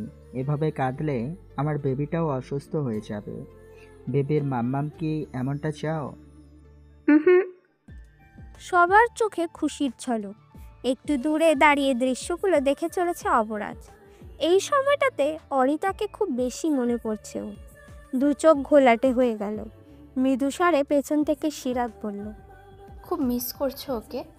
অনেক বেশি। খুব ভালোবাসি ওকে, আমার ছোট্ট বোনটা। সিরাতের বুকের ভেতর ঝড় উঠে যায়। প্রিয় মানুষটিকে কষ্টে নিমজ্জিত হতে দেখা সত্যিই খুব যন্ত্রণার। ছেলেটাকে আনমনেই জড়িয়ে ধরে, চোখের পানি মুছে দিয়ে বলল, অরির সাথে দেখা করাতে নিয়ে যাবে আমায়? যাবে তুমি? হ্যাঁ। চোখ মুছে মৃদু হাসে অপরাধ। বেরিয়ে পড়ে কবরস্থানের উদ্দেশ্যে। হাঁটা পথেই যাওয়া যায়। অপরাধের কাঁধে মাথা রেখে হেঁটে চলেছে সিরাত। মেয়েটার মনে চাপা কষ্ট হচ্ছে, কারণ অপরাধকে খুশি করার কোনো উপায় ওর জানা নেই। দুজনে কবরস্থানে এসে দাঁড়ায়। ডাকে গোলাপি পানির শুভ্রতা এসে লাগে। কি অপূর্ব স্থান, তাই না? প্রতিটা মানুষের ঠিকানা এটা। মৃত্যু হলেই কবরস্থানে শুইয়ে দিয়ে চলে যায় সবাই। বড্ড অদ্ভুত এ দুনিয়া। চোখ থেকে দুফোঁটা অশ্রু গড়িয়ে পড়ে। ডুকরে কেঁদে ওঠে অপরাজ। বাবা মায়ের জন্য এতটা কষ্ট হয়নি তার, যতটা কষ্ট হচ্ছে অরিতার জন্য। মেয়েটা যেন ওর অংশ বিশেষ। হাত দিয়ে অরিতার গণকবরটা দেখায় সিতারাকে। চাপা কণ্ঠে বলে, বোন, আমার বোন শুয়ে আছে ওইখানে। অন্ধকার ভীষণ ভয় ওর, অথচ এতগুলো দিন এভাবেই কাটিয়ে দিল। কত বুঝদার হয়ে গেছে, তাই না? তুমি প্লিজ কষ্ট পেও না। ঠোঁট কামড়ে দাঁড়িয়ে আছে অবরাজ। কষ্ট তো হচ্ছে, ভীষণ কষ্ট হচ্ছে। বুকটা ফেটে যাচ্ছে। গ্রীষ্মের উত্তপ্ত রোদ্দুরে যেভাবে মাটি ফেটে যায়, সেভাবেই ফেটে যাচ্ছে ওর হৃদয়। দুজনে সকলের জন্য দোয়া করলো। চোখের পানিতে ভিজে গেল হাত। সবার জন্য দোয়া শেষ হলে কবরস্থান ত্যাগ করলো দুজনে। ভেতরটা দুমড়ে মুচড়ে যাচ্ছে। প্রিয় বোনটা কবরে শুয়ে আছে যে। রাস্তার ধারে দুটো খেজুর গাছ লাগানো। সেই খেজুর গাছের রসের হাড়ি বাঁধা। ছোট সময়ে রস চুরি করে খেত সিরাত। কিছুটা ডানপিটে ছেলেদের মতোই ছিল ও। অবরাজের মন ভালো করার উপায় পেয়ে গেছেও। ঢাকা শহরে এমন গাছ দেখা যায় না প্রায়। শীতের সন্ধ্যা, এদিকটাও নির্জন। বায়না ধরল সিরাত, বলল, প্লিজ আমাকে রস পেড়ে দাও। চুরি করব? আরে হ্যাঁ, এতে মজাই আলাদা। কিন্তু? কোনো কিন্তু নয়, এতে টাকা রেখে যাব আমরা। কিছুক্ষণ ভাবে ছেলেটা, পরে সিদ্ধান্ত নেয় রস পারবে। আশেপাশে তাকিয়ে বুকে থুতু দিয়ে সাহস জোগায়। বেশ কষ্ট করে উপরে ওঠে। রস চুরি করে নিচে নেমেছে মাত্র, তখনই চেঁচানোর শব্দ কানে আসে। ছেলেটা বুঝতে পারে বিপদ সীমার মধ্যে ওরা। কোনো মতে নিচে টাকাটা রেখে হাড়ি আর সিরাতকে নিয়ে ছুট লাগায়। পেছনে তাকার সাহস হয়নি আর। একটা পার্কের কাছে এসে দম ফেলে। দুজনেই হেসে কুটি কুটি। অবরাজের হাত থেকে রসের হাড়ি নিয়ে রস পান করতে লাগলো সিরাত। অবরাজ চাইতেই নাকচ করে দিল, বলল, রসের সাথে খাতির নেই বন্ধু, দূর হাঁটো তুমি। ঠিক না এটা। ভেংচি কাটে মেয়েটা, আবারও রস পান করতে থাকে। অবরাজের মাথায় বুদ্ধি আসে। মেয়েটাকে এক হাতে জড়িয়ে অন্য হাতে রসের হাড়ি নিয়ে যায়। ছুটোছুটির চেষ্টা চালায় সিরাত, তবে কিছুতেই পেরে ওঠে না। বাঁকা হাসে ছেলেটা, কিছুটা কাছাকাছি হয়ে বলে, আমার থেকে ছাড়া পাওয়ার চেষ্টা করো না মেয়ে, অনেক বেশি ভালোবাসি তোমায়, কখনো ছাড়বো না, কিছুতেই না, কোনো কিছুর বিনিময়েই না। সেনাবাহিনীর ট্রেনিংটা হচ্ছে সব থেকে যন্ত্রণাময় ট্রেনিং। তার উপর ওরা দুজন স্পেশাল ফোর্সে নিয়োগ হতে চলেছে। ভোর 5টায় ঘুম থেকে উঠেই জগিংয়ের জন্য বের হতে হলো। জানুয়ারি মাস হওয়ার কারণে শীতের প্রকোপটা একটু বেশি বটে। আবহাওয়া অধিদপ্তর থেকে খবর এসেছে নিম্নচাপে বৃষ্টি হতে পারে। সেই কারণে তাপমাত্রা মাইনাসের ঘরে নেমে যাওয়ার সম্ভাবনা হয়েছে। যদিও এখন 4-5-এ ওঠানামা করছে। দেশের আবহাওয়ার হঠাৎ পরিবর্তনেও থেমে নেই ওদের স্পেশাল ফোর্স। পাহাড়ি রাস্তা বেয়ে ছুটে চলেছে অবরাজ ও সিরাত। মাথায় থাকা হ্যাটের সাথে লাগানো রয়েছে ছোট টর্চ লাইট, যেটার সাহায্যে রাস্তা দেখবে ওরা। এখনও ঘুটঘুটে অন্ধকার, সাথে তীব্র কুয়াশা। গায়ে জগিং কস্টিউম, তবে সেটা শীত মানাতে অক্ষম। বারবার দাঁতে দাঁত লেগে গেছে। 2 কিলোমিটার জগিং করার পর হাঁপিয়ে উঠল সিরাত, অথচ অন্য সময় নিমেষেই 5 কিলোমিটার পথ পেরিয়ে নিত। হাঁটুতে হাত রেখে শ্বাস নিল কয়েক মুহূর্ত। মেয়েটার বাহু ধরে উঁচু করলো অবরাজ, বলল, খুব বেশি ক্লান্ত লাগছে? হ্যাঁ। কিছুক্ষণ জিরিয়ে নিবে? আচ্ছা চলো। পাহাড়ের ঢাল থেকে একটু সমতল স্থানে এসে গাছের শিকড়ে বসলো দুজনায়। মনে মনে দোয়া পাঠ করলো, সৃষ্টিকর্তার কাছে প্রার্থনা করে জার্নির সফলতা। সিরাতের দিকে তাকিয়ে অবরাজ লক্ষ্য করলো মেয়েটার মুখমণ্ডল কেমন শুকিয়ে কাঠ। কয়েকদিনেই যেন বয়স বেড়ে গেছে। সিরাতের মাথাটা হাতের সাহায্যে আলগোছে বুকে চেপে নিল অবরাজ। সিরাত বলল, তোমার বুকের মধ্যভাগে যেন হয় শুধু আমার বাস। স্মিথ হাসলো ছেলেটাই। সিরাতের এলোমেলো চুলের গুচ্ছে হাত ঢুকিয়ে দিল। মাথায় বিলি কেটে দিতে দিতে বলল, শুধু তোমারই বস হবে সিরাত, শুধু তোমারই বস। আমরা বিয়ে করছি কবে? বিয়ের শব্দটা টনক নাড়িয়ে দিল অপরাজে। ছেলেটি বলল, তুমি তো জানোই সেনাবাহিনীতে নিয়োগ দেওয়া হয় অবিবাহিতদের। সেটাও বুঝলাম, তবে নিয়োগ দেওয়া হবে সামনের মাসে। আমরা কি পরের মাসে বিয়ে করতে পারি না? ছেলেটা সম্মতি জানালো। অবরাজের গালে চুমু খেলো মেয়েটি। ছেলেটার গলায় নাক ডুবিয়ে কয়েকটা শ্বাস ফেললো, যেন বুকের ভেতর পাহাড় সমান চিন্তাটা নিমেষেই নেমে গেছে। প্রায় ঘন্টাখানেক জগিং করার পর পাহাড় থেকে সমতলে নেমে আসলো দুজনেই। সিরাতের সাথে সাথে অবরাজও হাঁপিয়ে উঠেছে। ছেলেটার ঘর্মাক্ত মুখে ছোপ ছোপ লাল দাগ। আটকে উঠল মেয়েটি। অবরাজের মুখে হালকা হাতে হাত বুলিয়ে বলল, এ কি, মুখে লাল লাল দাগ কেন? দেখি ফোনটা দাও তো। ফোন এগিয়ে দেয় সিরাত। নিজের মুখটা ক্যামেরায় দেখে ফোঁস করে দম ফেলে। সিরাতের চিন্তিত মুখে যা তা অবস্থা। হেসে উঠল অবরাজ, বলল, আরে পাগলি, এটা অ্যালার্জির জন্য হয়েছে, অনেকদিন ধরে মেডিসিন নেওয়া হয় না যে। ইস, কেমন হয়ে গেল! মেডিসিন নাওনি কেন? নিব তো, আসো আগে ক্যাম্পে যাই। তবু টানিয়ে ক্যাম্পটা করা হয়েছে। মোট 28 জনকে ট্রেনিং দেওয়া হচ্ছে। এখান থেকে 6 জনকে নেওয়া হবে।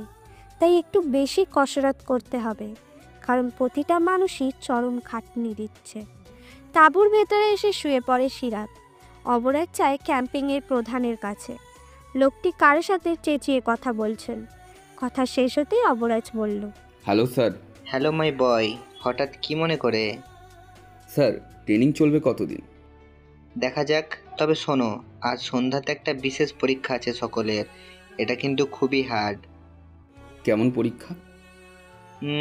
সন্ধ্যাতেই জানাবো। লোকটা হাসলো। অপরাজের পিঠ চাপড়ে চলে গেলেন। ছেলেটি বিধ্বস্ত পায়ে তাঁবুর কাছে আসলো। মনে মনে প্রার্থনা করছে সেই পরীক্ষাটি যেন না হয়। সন্ধ্যা 6:30। পুরো আকাশ জুড়ে ঘন কালো অন্ধকার। সবাই কাঁপতে কাঁপতে বাইরে এসে দাঁড়ালো। আগুনের উত্তাপে সকলের গা গরম করছে। ঠিক তখনই ক্যাপ্টেন মনসুর আহমদ বললেন, তোমাদের সকলকে আজ সন্ধ্যার আয়োজনে স্বাগতম। আজ খুব দারুণ খাবারের আয়োজন করা হয়েছে। সকলে করতালি দিল। হাত উঁচিয়ে থামতে বললেন তিনি।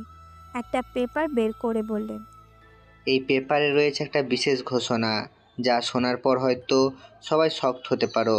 তবে ইন্টারন্যাশনাল পর্যায়ে যেভাবে ট্রেনিং দেওয়া হয়, আমরাও সেভাবে ট্রেনিং দিতে যাচ্ছি। কারণ একজন সেনাবাহিনীর মূল কথা হলো দেশের প্রতি ভালোবাসা। এই দেশপ্রেমের জন্য তাকে টিকে থাকতে হবে।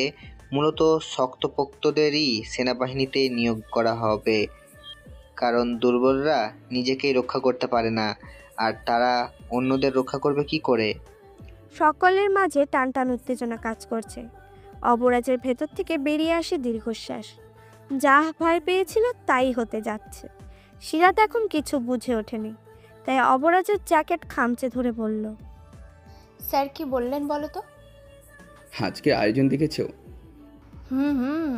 দারুণ সব খাবারের আয়োজন করা হয়েছে। উফ, ভাবতেই আমার কেমন লাগছে। পেটুক হইও না, একটু পরে সব নিংড়ে বের হবে। কি সব বলছো? যা বলছি তাই।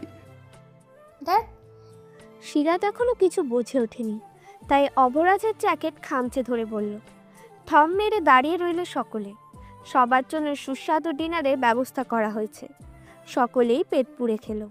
ক্যাপ্টেন মনসুর সকলকে জড়ো হতে বললেন। সকলে জড়ো হতেই কাগজটা মেলে ধরলেন। তিনি বললেন, এখানে লেখা আছে, আজ থেকে আগামী 7 দিন আপনারা কোনো রকম খাবার পাবেন না। সমস্ত খাবারই বন জঙ্গল থেকে সংগ্রহ করে খেতে হবে। আর তারপরে উইকের 4 দিন আপনাদের খাবার দেওয়া হবে। তবে সে খাবারটা, আচ্ছা থাক, এটা না হয় পরে জানালেন। আপাতত এই 7 দিনের জন্য প্রস্তুত তো? সিরাতের ভ্রু কুঁচকে আছে। সে বলল, স্যার পুরো কথা বললেন না কেন? বললে আগামী 7 দিন পেটে ভাত যাবে না। আবরাজ, তুমি একটা জাতা। ধ্যাৎ, আমি গেলাম, ঘুম পাচ্ছে। মেয়েটার যাওয়ার পানে তাকিয়ে রইল ছেলেটা। কি যে হবে কে জানে। সকাল সকাল খিদে না পেলেও জগিং করার পরপরই পেটে ইঁদুর খেলা শুরু হয়ে গেল। সকলে বেরিয়ে পড়ল খাবারের সন্ধানে। বন জঙ্গলের সর্বোচ্চ ফল পাওয়া যাবে, অথবা কিছু শাক। সিরাতের সাথে জুটি বেঁধে এগিয়ে যাচ্ছে অবরাজ। মেয়েটা ব্যস্ত হয়ে পড়েছে, বলল, কি জঙ্গল এটা? যার কোনো আগামাথা নেই, শুধু পাহাড়ি জঙ্গল। কথা বলো না, এখন খোঁজ করো। চোখ বুলাতে থাকে সিরাত। কিছুই চোখে পড়ে না। পাশেই তীব্র স্রোতের নদী। ঝর্ণার পানি এসে মিলিত হচ্ছে। মেয়েটার লোভ জাগে। খাবারের সন্ধান ছেড়ে সেখানে এসে দাঁড়ায়। পেছনে ফিরে অবরাজের উদ্দেশ্য করে বলল, এদিকে আসো। কথাটা যেন কয়েকবার বেজে উঠল। পাহাড়ের বুকে কথা আটকে প্রতিধ্বনি শুরু হয়েছে। মেয়েটার মনে প্রফুল্লতা ছড়িয়ে পড়েছে। চিৎকার করে বলল, ভালোবাসি। আবারও কয়েকবার কথাটা শোনা গেল। পাশে এসে দাঁড়ালো অবরাজ। হাতে কিছু ফল, পাশেই ছিল গাছটা। তবে খুব সাবধানের সাথে ফলগুলোতে নিতে হয়েছে, কারণ গাছটা ভর্তি ছিল কাঁটায়। যদিও বেশ কিছু স্থানে কাঁটার আঘাত হয়েছে। চলো, পেয়ে গেছি ফল। কি করবে? একযোগে ভালোবাসি বলবো। সিরাত, দেরি হচ্ছে। বায়না ধরে মেয়েটি। অবরাজের মন প্রশমিত হয়। সেও মেতে ওঠে প্রতিধ্বনির খেলায়। সিরাতের বাহু জড়িয়ে চিৎকার করে বলে ওঠে, ভালোবাসি সিরাত, খুব বেশি ভালোবাসি। বন জঙ্গল থেকে খাবার সংগ্রহ করতে কিছু বেগ পেতে হয়েছে সবাইকে। তবে মোটামুটি সবাই উত্তীর্ণ হয়ে গেছে। যেহেতু জঙ্গলে পর্যাপ্ত পরিমাণে ফল গাছ ছিল, ঠিক তেমন অসুবিধা হয়নি। সিরাত তো সব থেকে বেশি খুশি। একটু আগে সবাইকে ধরে ধরে নাচ শুরু করেছে। হেসে কুটি কুটি হয় অবরাজ। মেয়েটা আস্ত পাখি। দুপুর হয়নি এখনো। সিরাতের ফোনটা বেঁচে উঠল। নাচ থামিয়ে কল রিসিভ করলো। ভাগ্যিস নেট প্রবলেম নেই এখন। ভিডিও কল করেছে রকি, সাথে রাইও রয়েছে। হাত নাড়িয়ে সিরাত বলল, হে মাই ডিয়ার ভাইয়া আর ভাবি, সব কেমন চলছে? খুব ভালো। তোমার ভাইয়া তো আজকাল অতিরিক্ত দরদি হয়ে গেছে। দেখো কেমন পাশে বসে আছে।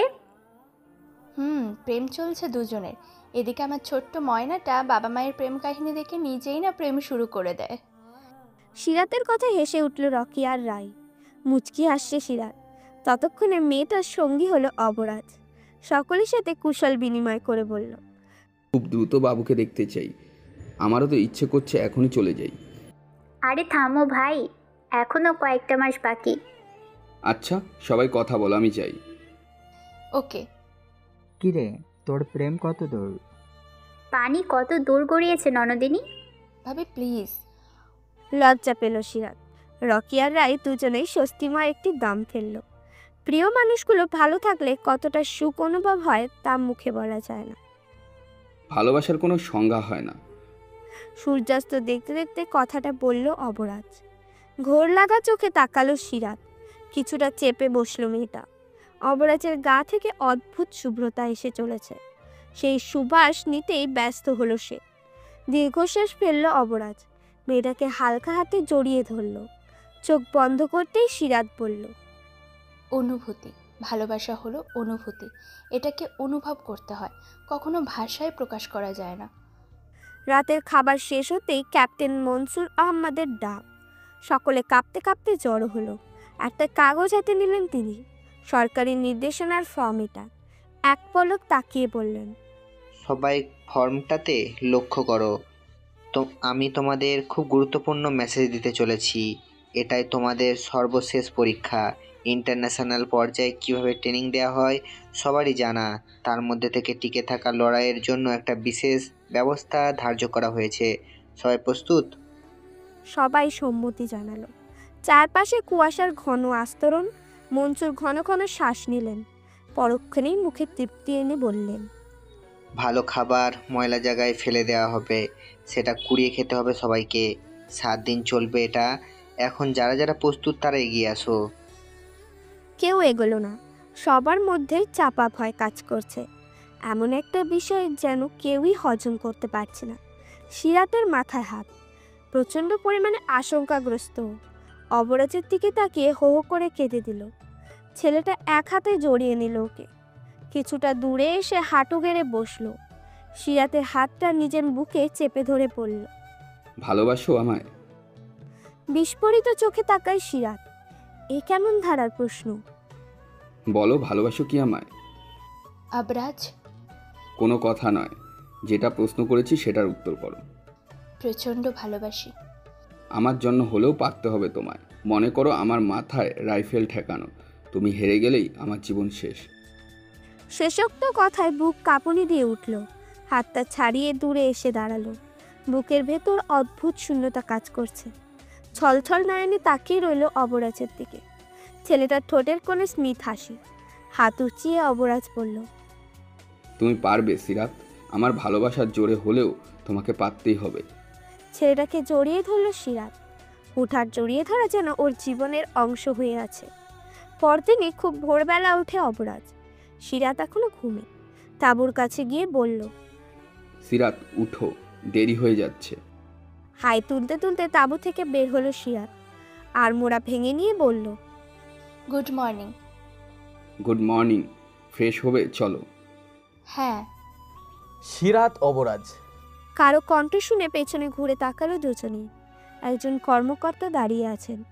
লম্বা হেসেই বললেন, আপনারা বোধহয় ভুলে যাচ্ছেন, শুধুমাত্র বাথরুম ব্যবহার করতে পারবেন। ব্রাশ পেস্ট ছাড়াই ফ্রেশ হতে হবে। হোয়াট? সিরাতের মাথা যেন চক্কর দিয়ে উঠল। মেয়েটাকে সামনে নিয়ে আসছে অবরাজ। সিরাতের চেহারায় যেন ছোপ ছোপ কালি পড়ে গেল। মুহূর্তেই যেন বয়স বেড়ে গেল কয়েক গুণ। কোনো মতে ফ্রেশ হলো দুজনেই।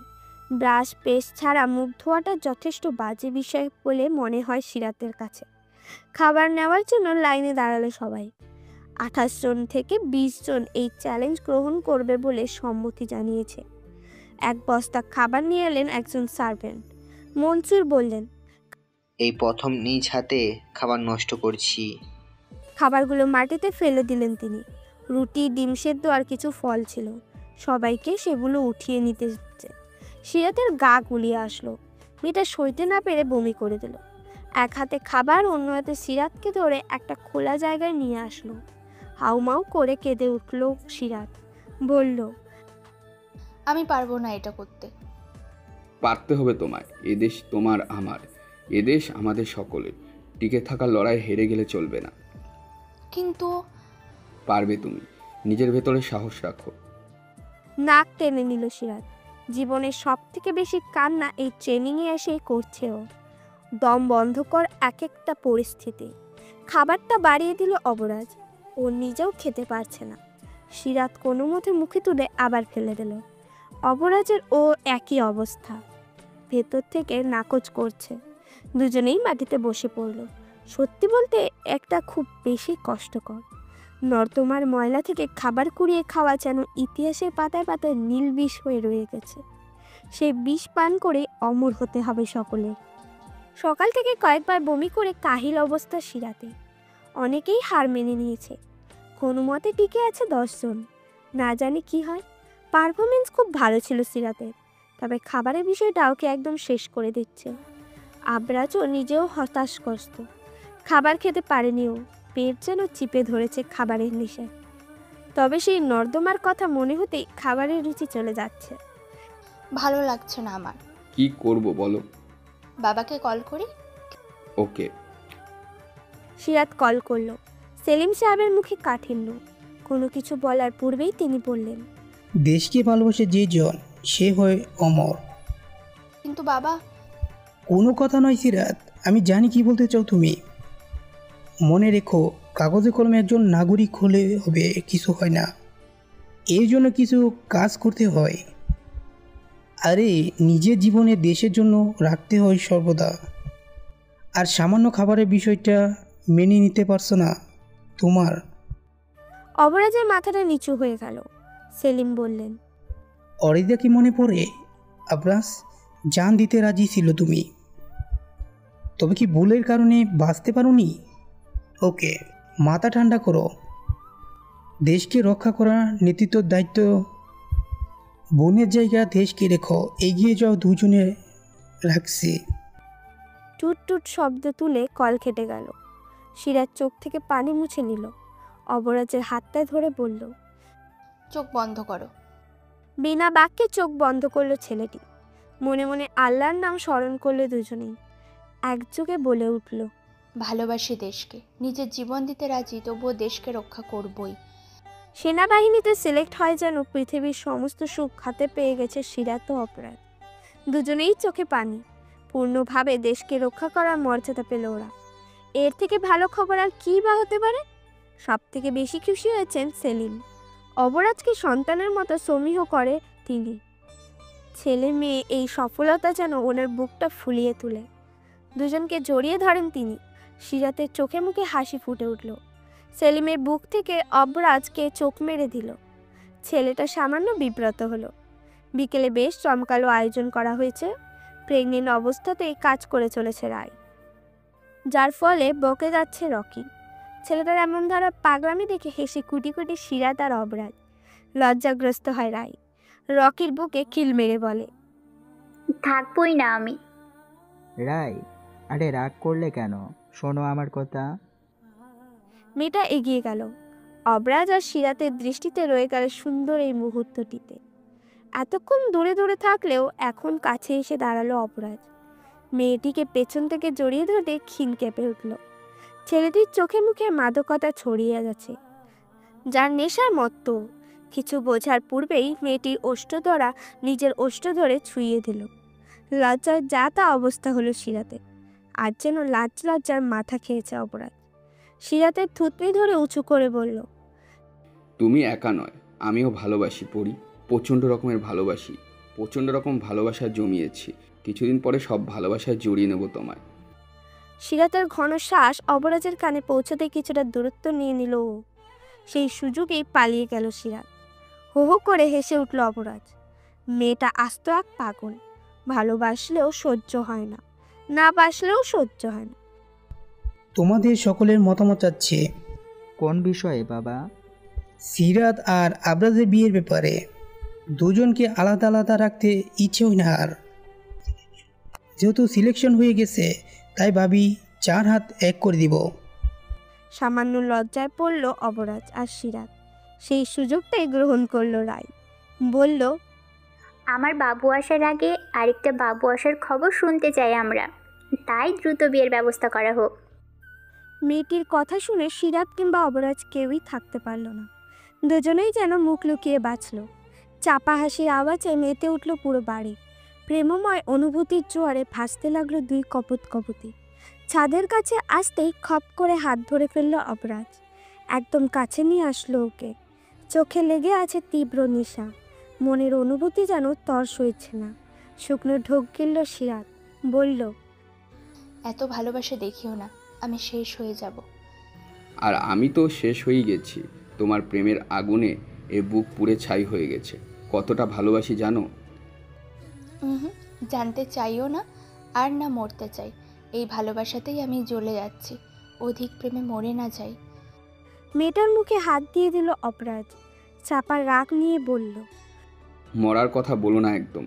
এ বুক পিষে রাখবো তোমায়। চোখ দুটো হালকা ভেজা অনুভব হলো। সিরাতকে জড়িয়ে কেঁদে উঠল অপরাজ। হতভম্ব সিরাত বলল, কি হলো তোমার? এ বুকে পিষে রাখবো তোমায়। আমাকে ছেড়ে যাওয়ার কথা বলো না প্লিজ। আমি মরে যাব। খুব ভালোবাসি, অনেক বেশি ভালোবাসি। বিয়েটা সম্পূর্ণ হয়ে গেল কিছুক্ষণ পূর্বে।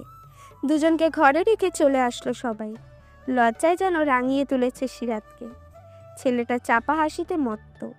মেয়েটার অবস্থা বেশ এনজয় করছে। ওর হাসি দেখে রেগে গেল সিরাত। বেড চেপে ধরে বলল, এত হাসি কেন? বউ পছন্দ নয়? আরও বিয়ে করবে? আরও বিয়ে করতে চাইলে করব বিয়ে, আমার অসুবিধা নেই। বরং বেশ সুবিধা হবে তখন। জ্বলন্ত আগুনের মতো তেতে ওঠে সিরাত। মেয়েটার রাগ দেখে ভয় পায় অবরাজ, তাই এক হাতে জড়িয়ে ধরে। সিরাত নিজেকে ছাড়াতে ছাড়াতে বলল, চাই না ভালোবাসা। কিন্তু আমার যে চাই, খুব করে চাই তোমায়। আরেকটা বিয়ে করো। এক অভিমানীকে নিয়েই পারছি না, আরও বিয়ে করব। ফুপিয়ে উঠল মেয়েটি। মেয়েটির চোখের পানিটুকু ঠোঁটের সাহায্যে শুষে নিল অবরাজ। সময়টুকুকে অনুভূতিরা চড়িয়ে নিল। এ পৃথিবীকে সাক্ষী করে প্রহরটা হয়ে গেল প্রেমময়। 4 বছর পর বিএসসি পাশ করেছে অবরাজ আর সিরাত। দুজনেই বেশ ভালো মার্ক পেয়েছে। সেনাবাহিনীর বিশেষ পদ পেয়েছে দুজনে। অবরাজকে সেনাবাহিনীর স্পেশাল ফোর্সের মেজর পদ দেওয়া হয়েছে, আর ওর সহধর্মিণীকে ওর সহকারী করা হয়েছে। দুজনের সফলতা যেন পুরো দেশে ছেয়ে গেল। ইতিহাসের পাতায় ছেপে গেল এই খবর। স্বামী স্ত্রী দুজনেই সেনাবাহিনীর বড় কর্মকর্তা। রকি আর রায়ের ছেলে বেবি হয়েছে। কিছুদিন পরেই 4 বছর পূর্ণ হবে। দুজনের ভালোবাসার অংশটি যেন এক নিমিষেই 4টি বছর পার করে ফেলল। বেডে বসে ফোন ঘাটছিল সিরাত। দরজায় ঠকঠক আওয়াজ করলো রায়। বলল, আসবো? আরে ভাবি, আসো তো। এত অনুমতি নেওয়ার কি প্রয়োজন? প্রয়োজন আছে গো ননদিনী। তা তোমার আশিক কোথায়? এতিমখানায় গেছে, কাল একটা আয়োজন করবে। ও আচ্ছা, ছেলেটা বড় ভালো। নিজের পরিবারের শেষ স্মৃতির জমিটুকুতে এতিমখানা করলো। কতগুলো বাচ্চা এখন থাকতে পারছে বলো তো? মৃদু হাসলো সিরাত। রায় বলল, আমাদের নতুন সদস্যের খবর কবে দিবে সিরাত? মাথাটা নিচু করে ফেলল সিরাত। হাসতে হাসতে রায় বলল, সামনেই হৃদের জন্মদিন। আশা রাখছি খুব দ্রুত আরেকটা খুশির সংবাদ পাবো। উফ ভাবি, তুমিও না। বালিশে মুখ লুকোলো সিরাত। সন্ধ্যায় অবরাজ আসতেই সিরাত বলল, আমার বেবি চাই। মানে? একটা বেবি চাই আমার। প্লিজ প্লিজ, একটা বেবি। ছোট ছোট হাত পা নিয়ে খেলবো আমি। প্রফুল্লতা ছড়িয়ে পড়ল ঘরময়। স্মিতু হাসলো অবরাজ। লজ্জায় লাল টুকটুকে হলো সিরাত। সিরাত আর অবরাজ ঘর আলো করে এলো মিষ্টি এক কন্যা সন্তান। পুরো বছরটা বেড রেস্ট করে করেই পার করলো সিরাত। অবরাজ নিজেও ছুটি নিয়েছে, তবে ঘরে বসে নতুনদের জন্য মোটিভেশন সৃষ্টি করে যাচ্ছে। সিরাত বলল, এখন তো জয়েন হতে পারি আমরা। তোমার শরীর পুরোপুরি সুস্থ নয় সিরাত। প্লিজ অবরাজ। আচ্ছা, জয়েন হব আমরা, তবে নেক্সট ইয়ার। ওকে। খুশি মনে বেরিয়ে পড়ল সিরাত। মিষ্টি মেয়ে মিহুকে নিয়ে খেলছে রিত, আর বাচ্চাটাও খিলখিল করে খেলছে। স্বস্তির শ্বাস ফেলল সিরাত। পাশেই দাঁড়িয়ে আছে অবরাজ, সেদিকে খেয়ালই নেই। ফিসফিস করে অবরাজ বলল। সুন্দর তাই না? হুম। হেসেই উঠল অবরাজ আর সিরাত। দুজনেই এখন সেনাবাহিনীতে জয়েন হবে। অবশ্য এর জন্য ত্যাগ স্বীকার করলো দুজনেই। বাচ্চাটির বয়স মাত্র 10 মাস। 1 বছর পর বাসা থেকে বের হচ্ছিল সিরাত আর অবরাজ। পূর্ণভাবে জয়েন হচ্ছে দুজনে। মিহু কেঁদে অবস্থা খারাপ করে ফেলেছে। সিরাত যেন কেঁদেই দেবে। অবরাজ হালকা হাতে মেয়েটির মাথা স্পর্শ করে বলল, আমার দেশের অংশ বিশেষ সিরাত। মনে আছে আমার। মিহুকে কোলে তুলে নিল অবরাজ। 2 বছর বয়স। কতটুকুই বা বয়স হলো ওর। মিহুর হাতে চুমু এঁকে সিরাত বলল, মাই ডিয়ার গার্ল, আমার ব্রেভ বাচ্চাটা এভাবে কাঁদে কেন মা? তোমাকে তো মনে রাখতে হবে তোমার মাম্মা পাপা দেশের সাথে জড়িত।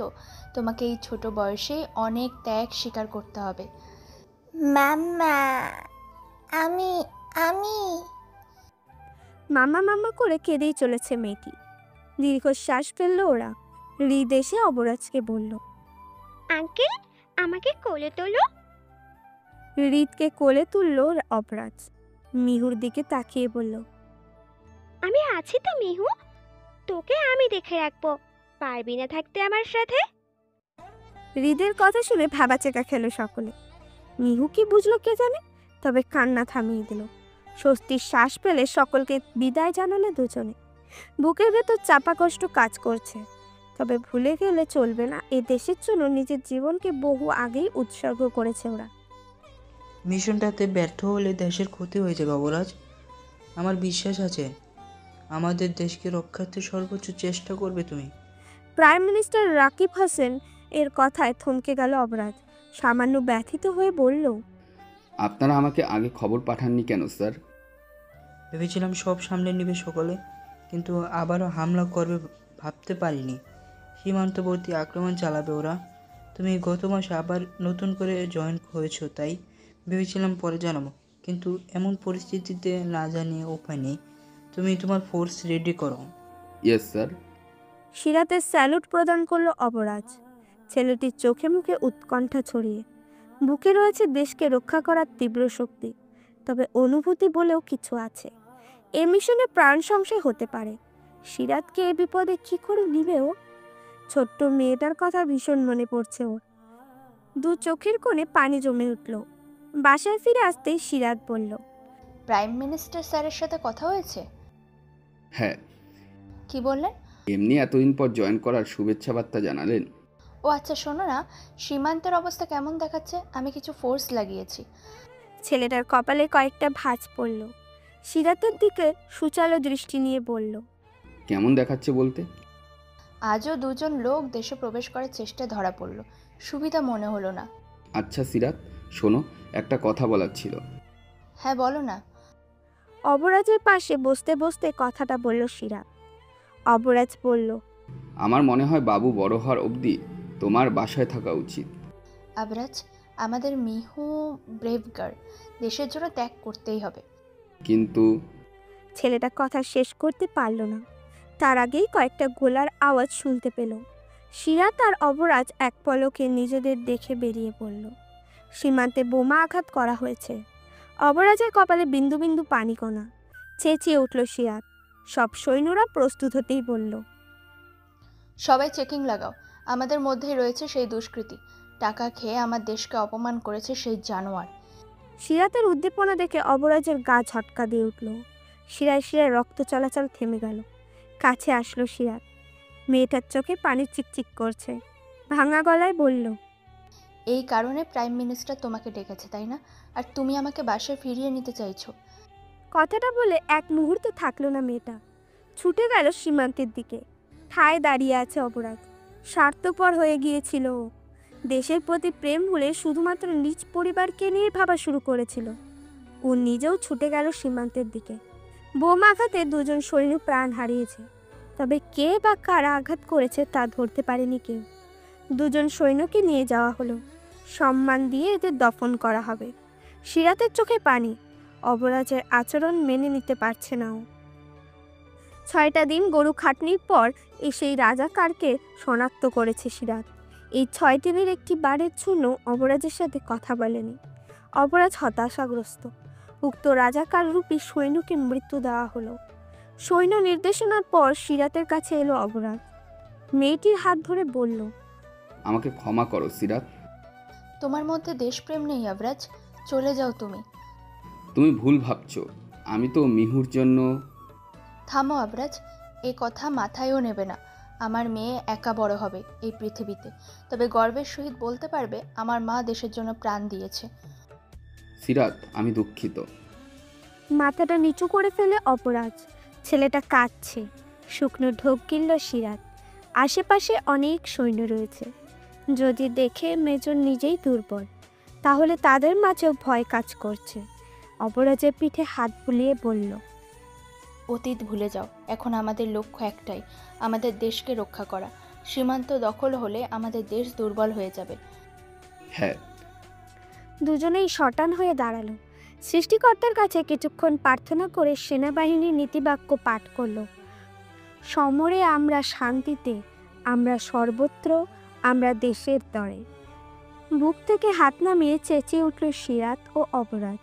সৈন্যদের উদ্দেশ্য করে বলল, জয় বাংলা।